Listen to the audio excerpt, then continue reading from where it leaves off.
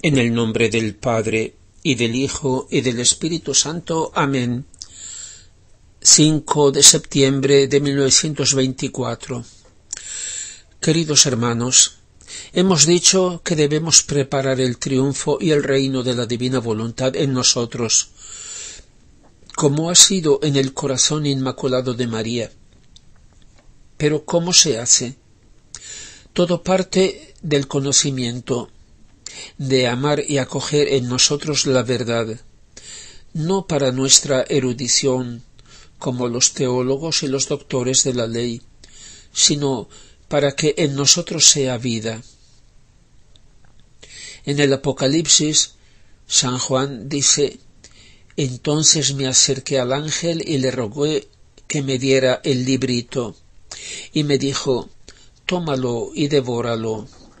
Te llenará de amargura las entrañas, pero en la boca te será dulce como la miel». Tomé el librito de la mano del ángel y lo devoré. En la boca lo sentí dulce como la miel, pero cuando lo asimilé sentí en mis entrañas toda la amargura. Entonces se me dijo: debes profetizar de nuevo a muchos pueblos, naciones y reyes. El libro de cielo que leemos debemos devorarlo para que nos dé vida, sea nuestra vida, y que se vea. Dicho conocimiento es para pensar y sentir como el Señor y vivir su vida. San Pablo nos dice: no hagáis nada con espíritu de rivalidad o por vanagloria, sino que cada uno con toda humildad considere superiores a los demás, sin buscar el propio interés, sino el de los otros. Tened los mismos sentimientos que tuvo Cristo Jesús, el cual, aun siendo de naturaleza divina, no consideró tesoro codiciable su igualdad con Dios, sino que se anonadó, tomando la condición de siervo y haciéndose semejante a los hombres. Y en la condición de hombre se humilló, haciéndose obediente hasta la muerte y muerte de cruz. Por eso Dios lo ha exaltado y le ha dado un nombre que es sobre todo nombre, para que al nombre de Jesús toda rodilla se doble en los cielos, en la tierra y bajo tierra, y toda lengua proclame que Jesucristo es el Señor, a gloria de Dios Padre. Se humilló. Ese es el significado más profundo de la frase que decimos en el credo: descendió a los infiernos, que no es el infierno de los que se condenan, ni sólo las regiones inferiores, o sea, el seno de Abraham o limbo de los justos, donde esperaban la redención todos los justos y los salvados del Antiguo Testamento, sino que indica su más profundo humillarse para glorificar al Padre. Por eso, Él es el primero y el último, Alfa y Omega. Por aquí se empieza. Y Jesús le dice a Luisa: quien ha de subir más alto que todos debe descender a lo más bajo, por debajo de todos. De mi madre, reina de todos, se dice que fue la más humilde de todos, porque había de ser superior a todos. Pero para ser más humilde que todos, debía descender a lo más bajo, por debajo de todos.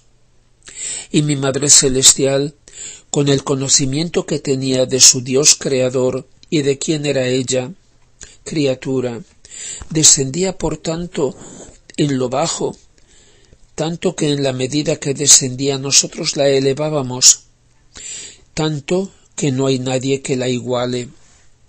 Así es de ti, la pequeña hija de mi querer, para darle el primado en mi voluntad, debiendo elevarla sobre todos, la hago descender a lo más bajo, por debajo de todos, y cuanto más desciende tanto la elevo, y le hago tomar su puesto en el querer divino. Oh, cómo me enternece cuando quien está sobre todos la veo por debajo de todos. Yo corro, vuelo, para tomarte en mis brazos y hago ensanchar tus confines en mi voluntad. Por eso permito todo por tu bien y también para realizar mis más altos proyectos sobre ti. El Señor ha dicho: a quien mucho se le da, mucho se le pedirá. A quien mucho se le ha entregado, mucho más se le exigirá. Y a nosotros, queridos hermanos, gracias a nuestra Madre y gracias a Luisa, el Señor nos está dando el don supremo, su mismo querer divino, a partir de la noticia y de su conocimiento.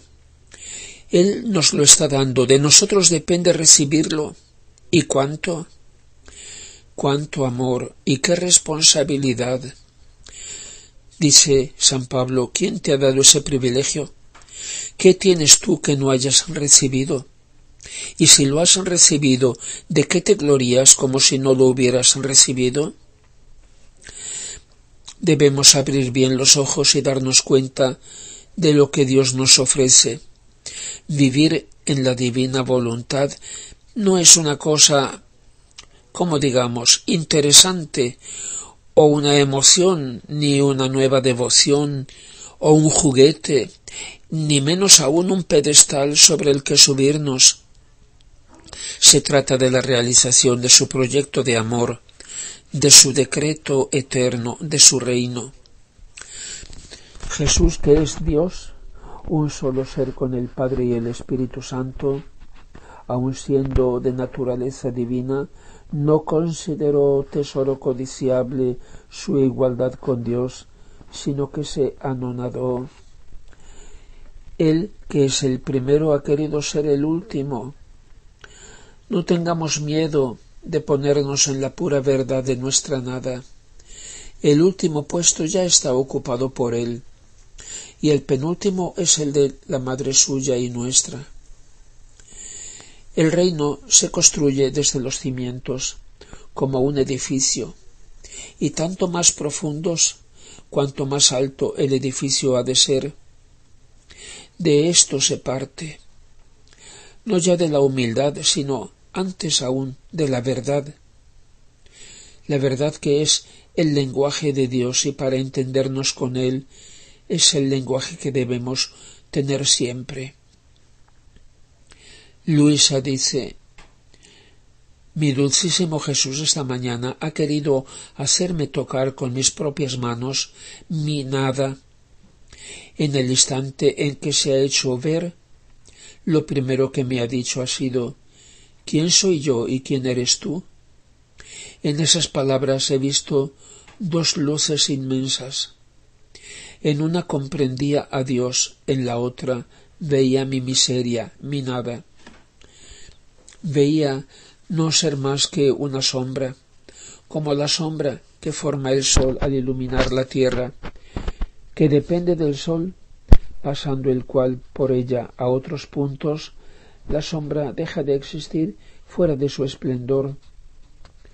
Así mi sombra, o sea, mi ser, depende del místico sol que es Dios, que en un simple instante puede hacer desaparecer esa sombra.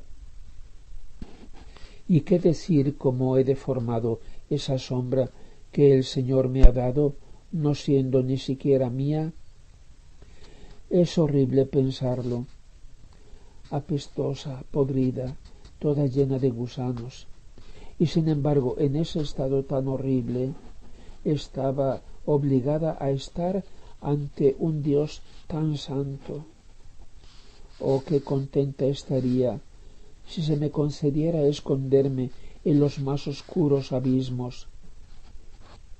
Después de eso Jesús me ha dicho: el favor más grande que puedo hacer a un alma es hacerle conocerse a sí misma. El conocimiento de sí y el conocimiento de Dios van a la par. En la medida que te conozcas a ti misma, otro tanto conocerás a Dios. El alma que se ha conocido a sí misma, viendo que de por sí no puede hacer ningún bien, transforma esa sombra de su ser en Dios, y entonces hace en Dios todo lo que hace. Sucede que el alma está en Dios y camina con Él, sin mirar, sin investigar, sin hablar. En una palabra, como muerta, porque conociendo a fondo su nada, no se atreve a hacer nada por sí misma, sino que ciegamente sigue el impulso de lo que hace el Verbo. El Señor dice: hija mía, qué bellas son nuestras obras, son nuestro honor y nuestra gloria perenne. Todas están en su puesto y cada cosa creada cumple perfectamente su tarea. Sólo el hombre es nuestro deshonor en nuestra obra creadora, porque, evitando nuestra voluntad, camina con la cabeza abajo en el suelo y con los pies en el aire. ¡Qué desorden! ¡Qué desorden! Es repugnante verlo. Caminando cabeza abajo, se arrastra por la tierra, todo se trastorna, se transforma. A la vista le falta el espacio necesario para ver. No puede extenderse en el espacio para conocer las cosas, o defenderse si el enemigo está a su espalda, ni hacer mucho camino, porque, pobrecillo, con la cabeza se tiene que arrastrar, no andar, porque el oficio de andar es de los pies, el de la cabeza es dominar. Por tanto, hacer la propia voluntad es la auténtica y perfecta inversión del hombre y el desorden de la familia humana. Por eso me interesa tanto que se conozca mi voluntad, para que vuelva a su puesto y ya no se arrastre cabeza abajo, sino que camine con los pies, no sea una vergüenza mía y suya, sino mi honor y el suyo. Mira tú misma, no se ven feas las criaturas viéndolas caminar con la cabeza por tierra. ¿No te disgusta a ti también verlas tan desordenadas? Y Luisa dice: yo he mirado y veía las cabezas abajo y los pies en el aire. Jesús ha desaparecido y yo me he quedado viendo ese feo espectáculo de las generaciones humanas, y pedía de corazón que se conozca su voluntad. Por eso el Señor se ha humillado así, para reparar esa inversión. Él, el primero, se ha hecho el último. No debemos tomarlo a la ligera. El pecado original nos ha transmitido, entre otras cosas, una tendencia, digamos, el complejo americano, o sea, el rascacielos más alto, el puente más largo, el avión más rápido, etc. Es ese querer ser más, incluso ser como Dios, pero sin Dios, como el demonio propuso a Eva, poniéndonos en lugar de Dios. Pero si eso suena demasiado mal, basta que nos pongamos por encima de los demás, o bien a mandar, exhibiendo nuestros méritos, nuestro querido yo. En el Evangelio Jesús insiste en esto más que en todo lo demás. Dice, por ejemplo, 2 hombres subieron al templo a orar, el uno fariseo y el otro publicano.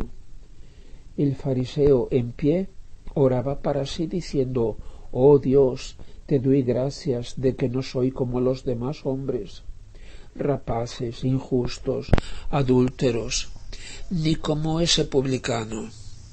Ayuno 2 veces en la semana y pago el diezmo de cuanto poseo».